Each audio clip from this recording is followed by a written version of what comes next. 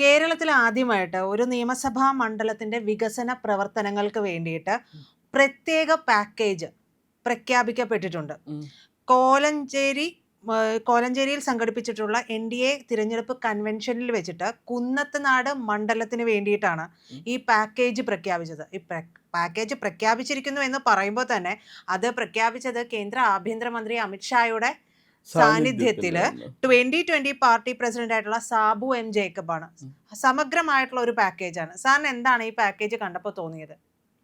പ്രജിത്, ഇത് ഒരു പാക്കേജ് എന്നുള്ളതിനേക്കാൾ ഉപരി എനിക്ക് തോന്നുന്നത് കുന്നത്തുനാട് നിയമസഭാ മണ്ഡലത്തിലേക്കുള്ള NDAയുടെ അല്ലെങ്കിൽ 2020 പാർട്ടിയുടെ തെരഞ്ഞെടുപ്പ് മാനിഫെസ്റ്റോ ആണ്.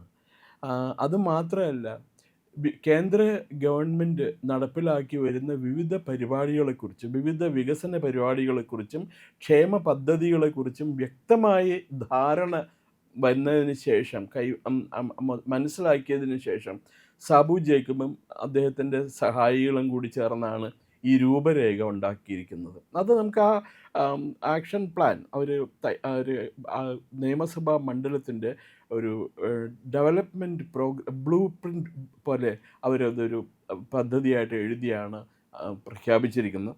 ഒരു കാര്യം കൂടിയുണ്ട്, കുന്നത്തുനാട് മണ്ഡലം എന്ന് പറയുന്നത് റിസർവ്ഡ് മണ്ഡലം കൂടിയാണ്. ഒരു എന്താ പറയുന്നത്, ഷെഡ്യൂൾഡ് കാസ്റ്റ് ഷെഡ്യൂൾഡ് ട്രൈബിന് വേണ്ടിയിട്ടുള്ളൊരു മണ്ഡലമാണ്. ഇതാദ്യമായിട്ടാണ് ഒരു നിയമസഭാ മണ്ഡലത്തിൽ ഇങ്ങനൊരു മാനിഫെസ്റ്റോ, ഒരു പ്രത്യേക പാക്കേജും അതല്ലെങ്കിൽ ഒരു റിസർവ്ഡ് മണ്ഡലത്തിന് ഒരു പാക്കേജും പ്രഖ്യാപിക്കുന്നത്. അത് വിവിധ കാര്യങ്ങൾ അത് പറഞ്ഞിട്ടുണ്ട്. അതെ, അതൊരു പാക്കേജ് എന്ന് പറയുമ്പോൾ പ്രേക്ഷകർ അത് നിസാരമായിട്ട് കാണരുത്. 5000 കോടിയുടെ പ്രത്യേക പാക്കേജാണ്. അതാണ് അതിന്റെ ഒരു ഹൈലൈറ്റ് ഇല്ലേ? സാർ വായിച്ചപ്പോൾ സാറിന് അത് തോന്നിയില്ലേ? കുട്ടി പറഞ്ഞില്ലേ, കൊച്ചിൻ റിഫൈനറിയിൽ അതെ, അവിടുത്തെ സാബു ജേക്കബ് കുന്നത്തുനാട് മണ്ഡലത്തിലെ എല്ലാ പഞ്ചായത്തുകളുടെയും അതുപോലെ തന്നെയുള്ള ഗ്രാമങ്ങളുടെയും തൊഴിൽ രഹിതരായിട്ടുള്ള യുവാക്കളെ കുറിച്ചിട്ടുള്ള എല്ലാ ഡീറ്റെയിൽസും കളക്ട് ചെയ്തിട്ടുണ്ട്. അതുകൊണ്ടാണ് ഇത്ര ആത്മവിശ്വാസത്തോടെ അദ്ദേഹം പറയുന്നത് ഈ കൊച്ചിൻ റിഫൈനറിൽ കേന്ദ്ര ഗവൺമെൻറ്റിൻ്റെ പദ്ധതിയാണ്, കമ്പനിയാണത്. അവിടെ ഇത്ര പേർക്ക് 2000 പേർക്ക് ഈ എന്താ കോൺട്രാക്റ്റ് അടിസ്ഥാനത്തിൽ ജോലി മേടിച്ചു കൊടുക്കും എന്ന് പറയുന്ന ഒരു വലിയ സംഭവമാണ്. ഒരു കോൺട്രാക്റ്റ് അടിസ്ഥാനത്തിൽ ജോലി കിട്ടുക എന്ന് പറയുന്നത് ഒരു BPCL പോലുള്ളൊരു അതെ, ഒരു നവരത്ന കമ്പനി എന്നാണ് പറയുന്നത്. പൊതുമേഖലാ സ്ഥാപനം, നവരത്ന പൊതുമേഖലാ സ്ഥാപനമാണ്. അതിലാണ് ഈ ജോലി മേടിച്ചു കൊടുക്കുന്നത്. കോൺട്രാക്റ്റ് അടിസ്ഥാനത്തിലാണെന്ന് പറഞ്ഞതുകൊണ്ട് അതൊരു ഇൻഫീരിയർ ജോലിയൊന്നുമല്ല. മറ്റേതു തൊഴിലിനെ പോലെ, BPCLലെ മറ്റേത് ഉദ്യോഗത്തിനെ പോലെ തന്നെയുള്ള ഒരു ജോലിയാണ്. ഈ കോൺട്രാക്ട് അടിസ്ഥാനത്തിലാണെന്ന് മാത്രമേ ഉള്ളൂ.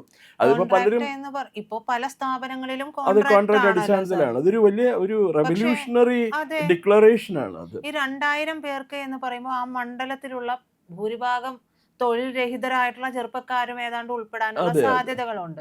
ഒരുപാട് സാധ്യതകൾ വീണ്ടും കിടക്കുന്നുണ്ട്. ഇതിപ്പോ ഒരു മാനിഫെസ്റ്റോയിൽ വന്നിട്ടുള്ള കാര്യം മാത്രമായിരിക്കും. അത് കൂടാതെ സാർ നോക്കുമ്പോ അങ്കമാലി കുണ്ടന്നൂർ 8 വരി പാതയ്ക്ക് 9500 കോടി എന്ന് പറഞ്ഞിട്ടുണ്ട്.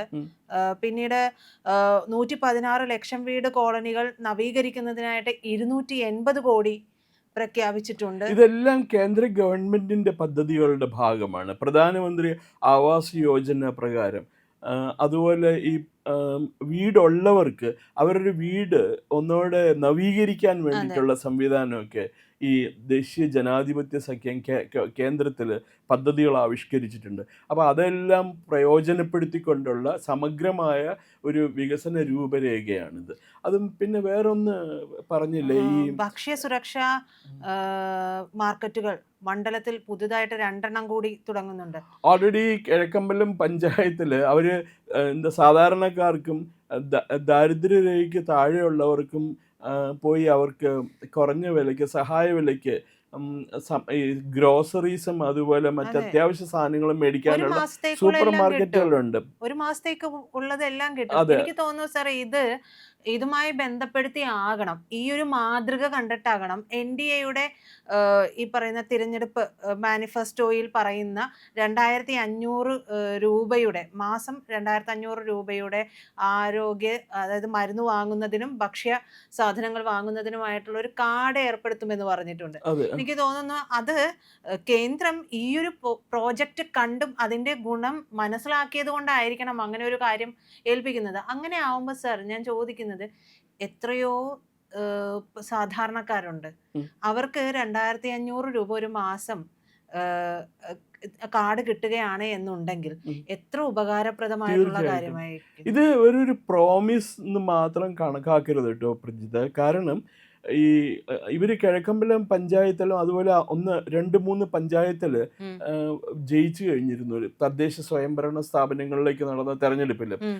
ആ പഞ്ചായത്തുകളിലെല്ലാം തന്നെ ഇവർ ഇതേപോലെയുള്ള ഇപ്പൊ ഉം. പൊതുമേഖലാ സ്ഥാപനത്തിലെ ജോലി എന്നുള്ളത് മാറ്റി നിർത്താം. അന്ന് അത്രയും ഒരു ഡെവലപ്ഡ് ആയിട്ടില്ലായിരുന്നു അവര്. നിയമസഭാ സീറ്റും അല്ല അവർ ജയിച്ചത്. അവർ ജയിച്ചത് പഞ്ചായത്തുകളാണ്. അതെ. ആ പഞ്ചായത്തുകളിൽ മുഴുവൻ ഇതേപോലെ എന്താണ് കുറഞ്ഞ വിലയ്ക്ക് ഗ്രോസറീസ് എല്ലാം മേടിക്കാൻ ഒതുങ്ങുന്ന സോഴ്സ് എന്താണ് പറയുന്നത് ഈ സൂപ്പർ മാർക്കറ്റുകൾ, അതുപോലെ മെഡിക്കൽ ഷോപ്പുകൾ, ഇതെല്ലാം അവർ ആരംഭിച്ചിട്ടുണ്ടായിരുന്നു. അതെ. പിന്നെ റോഡുകൾ പുതുക്കി പണിയാനായിട്ട് ഉം. ഒരു പഞ്ചായത്ത് പ്രവർത്തനം നടന്നുകൊണ്ടിരിക്കുമ്പോൾ തന്നെ അതിനൊപ്പം തന്നെ പഞ്ചായത്ത് വഴി കടന്നു പോകുന്ന റോഡുകൾ വളരെ വീതിയുള്ളതാക്കി, വളരെ വൃത്തിയുള്ളതാക്കി. ഒരു എന്താ പറയണ, ഞാൻ പലപ്പോഴും അതുവഴി കടന്നു പോകുമ്പോൾ എനിക്ക് തോന്നാറുണ്ട് ഏതോ ഒരു വിദേശ രാജ്യങ്ങളിലെ റൂറൽ ഏരിയ അല്ലേ, ഗ്രാമീണ മേഖലകളിൽ കൂടി നമ്മൾ യാത്ര ചെയ്യുമ്പോൾ ടെലിവിഷനിലൊക്കെ കാണാമല്ലോ, ഈ സഞ്ചാരം പോലുള്ള പ്രോഗ്രാമിലൊക്കെ കാണാമല്ലോ, അതേപോലുള്ള റോഡുകളാണ് ഈ 2020 ഭരിക്കുന്ന പഞ്ചായത്തുകളിൽ ഒരു പണിത് തീർത്തിരിക്കുന്നത്. അതേപോലെ ഈ സൂപ്പർ മാർക്കറ്റുകൾ, പിന്നെ സഹായ വിലയ്ക്ക് അല്ലെങ്കിൽ സൗജന്യ നിരക്കിൽ ഭക്ഷണം. കൂടാതെ എഴിപ്പുറം, മോനിപ്പള്ളി എന്നിവിടങ്ങളിലാണ് ഈ സൂപ്പർ മാർക്കറ്റ് രണ്ടെണ്ണം വരുന്നത്. അവിടെ 6 മാസത്തിനകം ഇത് തുറക്കുമെന്ന് പറയുന്നുണ്ട്. ഇവിടെ 50% വരെ വിലക്കുറവിലാണ് സർ സാധനങ്ങൾ ലഭ്യമാകുന്നത്. അത് കിഴക്കമ്പലത്തുള്ള ഒരു സൂപ്പർ മാർക്കറ്റിലൊക്കെ അവർ 50% വിലക്കുറവിനാണ് കൊടുത്തുകൊണ്ടിരിക്കുന്നത്.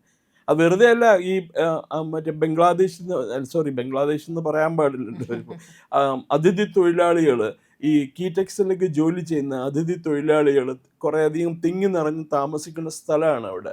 അവരൊക്കെ കുറഞ്ഞ വിലയ്ക്ക് ഉള്ള ഈ പറഞ്ഞ പോലെയുള്ള അത്യാവശ്യ വസ്തുക്കളൊക്കെ മേടിക്കുകയും അവരുടെ സമ്പാദ്യം ഇരട്ടിക്കുകയും ചെയ്യാറുണ്ട്. അവർക്ക് പലപ്പോഴും അവർ നാട്ടിലേക്ക് പോകുന്ന വിമാനത്തിലാണ് പോകുന്നത്.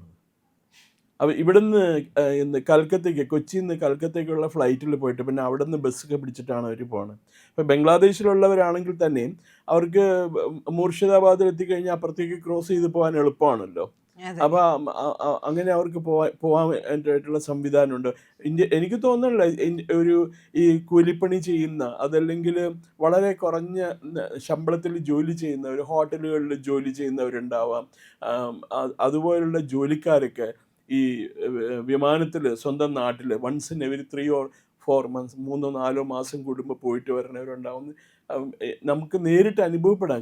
അവരെ കാണുമ്പോൾ ചോദിക്കുമ്പോൾ അവർ പറയാറുണ്ട്. ഇത്രയും വലിയൊരു പാക്കേജ് അനുവദിക്കണമെന്നുണ്ടെങ്കിൽ ഒരു കൃത്യമായ കാഴ്ചപ്പാട് 2020 എന്ന് പറയുന്ന പാർട്ടിക്കും ഇപ്പോൾ NDA മുന്നണിയുടെ ഭാഗമായിട്ട് അവർ നിൽക്കുമ്പോൾ NDAയ്ക്കും ആ മുന്നണിക്കും കൃത്യമായ ഒരു ധാരണ ഉണ്ടാകണം. ഇവർ പറയുന്നത് പോലെ എന്തെങ്കിലുമൊക്കെ കുറെ അവർ സമ്പാദിക്കുമ്പോൾ ബാക്കി കുറച്ച് ജനങ്ങൾക്ക് വേണേ വലിച്ചെറിഞ്ഞ് പിടിച്ചോ എന്ന് പറയുന്ന ആ ഒരു രീതിയിലല്ല. ഈ മണ്ഡലത്തിലേക്ക് ഇപ്പൊ സാബുവൻ ജേക്കബിന്റെ കാര്യം പറയുമ്പോൾ പല തവണ റെയ്ഡ് നടത്തിയ ആ സ്ഥാപനവും പ്രസ്ഥാനവും ഇല്ലാതെയാക്കാനുള്ള ഒരുപാട് പരിശ്രമങ്ങൾ നടന്നിട്ടുള്ളതാണ്. നമ്മൾ വാർത്തയായിട്ട് ഇതൊക്കെ കണ്ടിട്ടുള്ളതാണല്ലോ സർ. ഇപ്പോ അവര് NDAയുടെ കൂടെ അല്ലെങ്കിൽ BJPയുടെ കൂടെ ആയിട്ട് വരുമ്പോൾ അവർ ലക്ഷ്യം വെക്കുന്നതും BJP, അതാണ് സാബുവൻ ജേക്കബ് പറഞ്ഞത്, വികസനമാണ് ഞങ്ങളുടെ ലക്ഷ്യം, അതിനു വേണ്ടി പ്രവർത്തിക്കുന്നത് NDA ആണ് എന്നുള്ളതാണ്. അപ്പോൾ ഈ ഒരു പാക്കേജ് കൂടി വരുമ്പോൾ ജനം തിരിച്ചറിയണം എന്താണ് നിങ്ങളിലേക്ക് എത്തേണ്ടത് എന്നുള്ളത്, അല്ലേ സർ? അതെ, അത് മാത്രമല്ല ഈ 139 ബാക്കി നിയമസഭാ മണ്ഡലങ്ങളുണ്ട്. അവർക്കൊക്കെ തന്നെ ഇത് ഒരു മാതൃകയാക്കാവുന്നതാണ്. ഈ അതെ. പ്രധാനമന്ത്രി പറയാറുള്ള ഡബിൾ എൻജിൻ ഗ്രോത്ത്, ഇത് വളരെ നിഷ്പ്രയാസം സാധിക്കാവുന്ന കാര്യമാണ്. ഇങ്ങനെ ഒരു ദീർഘദൃഷ്ടി, ദീർഘവീക്ഷണം ഇതിനകത്തുണ്ടെങ്കിൽ ഇതൊരു ഡബിൾ എൻജിൻ ഗ്രോത്ത് വഴി കേരളത്തിന് ഒരു വികസിത സംസ്ഥാനമാക്കി മാറ്റാൻ ഒരു ബുദ്ധിമുട്ടും ഉണ്ടാവില്ല. അതിനുള്ള സാഹചര്യങ്ങൾ ഇവിടെയുണ്ട്. പക്ഷേ സാബു ജേക്കബിനെ പോലെയോ രാജീവ് ചന്ദ്രശേഖറിനെ പോലെയുള്ള വിഷണറി ലീഡേഴ്സ് മറ്റുള്ള പാർട്ടികളിൽ ഇല്ല എന്നുള്ളത് ഒരു വലിയ ദുഃഖമാണ്. ഇതൊരു മാറ്റത്തിൻ്റെ തുടക്കമാണ് കേട്ടോ. തീർച്ചയായിട്ടും ഇത് ഇവർക്ക് ഈ തെരഞ്ഞെടുപ്പിൽ കൂടുതൽ സീറ്റ് കിട്ടിക്കഴിഞ്ഞാൽ കേരളം മാറും എന്നുള്ള കാര്യത്തിൽ യാതൊരു സംശയമില്ല.